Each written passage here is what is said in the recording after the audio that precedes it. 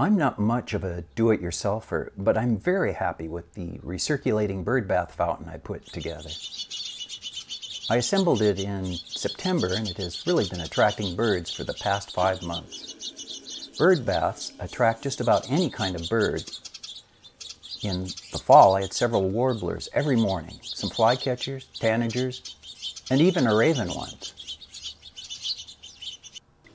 The sound of trickling water attracts birds too, even if first-time visitors are wary about drinking. I decided the best way to show you how to put this bird bath fountain together is to take mine apart and clean it. I found all the parts at Lowe's hardware store. You should also be able to find these parts at Home Depot. I'll put a list of parts in the description and add links to Amazon if available, so you can purchase that way too if you wish. As I'm in the desert of Arizona, I want recirculating water. I don't want the pump to turn on automatically in case the water is low. I want a manual timer so it goes off automatically. I found a 120 volt AC manual timer with settings of 2, 4, and 6 hours. It's an outdoor night light timer. I covered the solar detector with black electrical tape so that it will turn on during the day. Then I ran an outdoor extension cord to the fountain pump. I intended to bury the extension cord under our gravel walkway in a 1.5-inch pipe.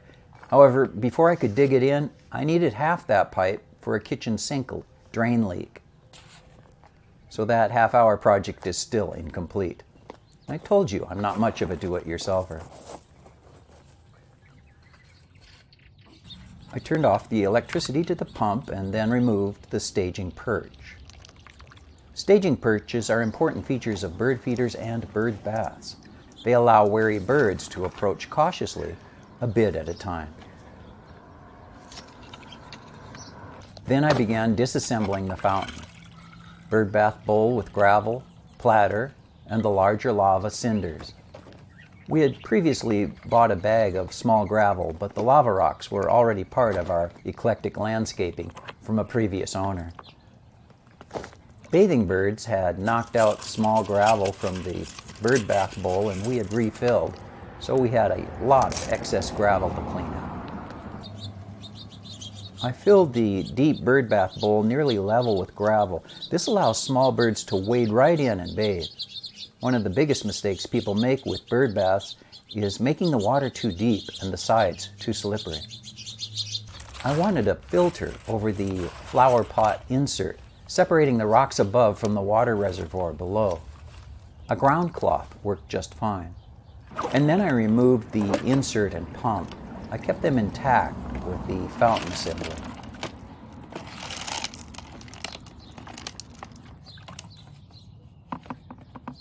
And yes, that's a freestanding toilet paper holder. I needed an L-shaped bracket to place those heavy bricks on, and then the tubing could go up and bend over and down without splashing. It's a conversation piece.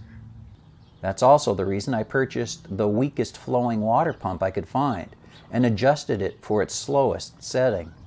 I want a trickle, not a geyser, for my fountain. The 1/2-inch tubing fits the pump, and I used tie wraps to attach it to the holder.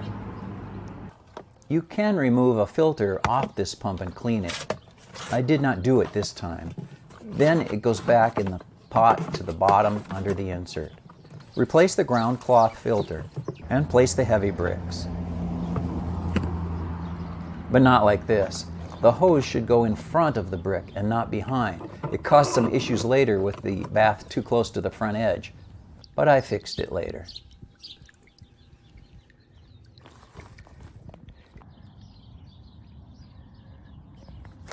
And then I put it back together with the lava rocks. I accidentally recorded when I meant to pause and paused when I meant to record, so you don't get to see me filling the pot with rocks.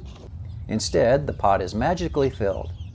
While I'm away cleaning the gravel, you get to see the city inspector looking over my work.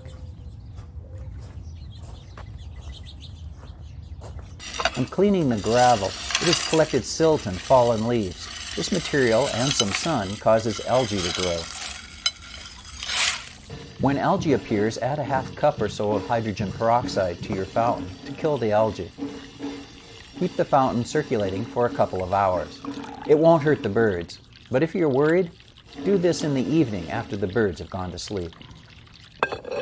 Because I didn't put the hose on the front side of the brick, I had to spend more time than usual leveling and adjusting. Then I refilled the 5-gallon flower pot, made a final leveling adjustment, and turned it on. Next, gracefully install the staging perch, and it's all ready to go.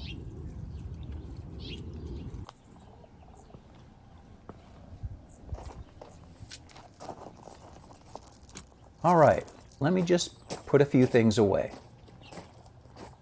It's all back together now, working as it should, and it's looking great. As Fezzik says in The Princess Bride, "How long before we know the miracle works?"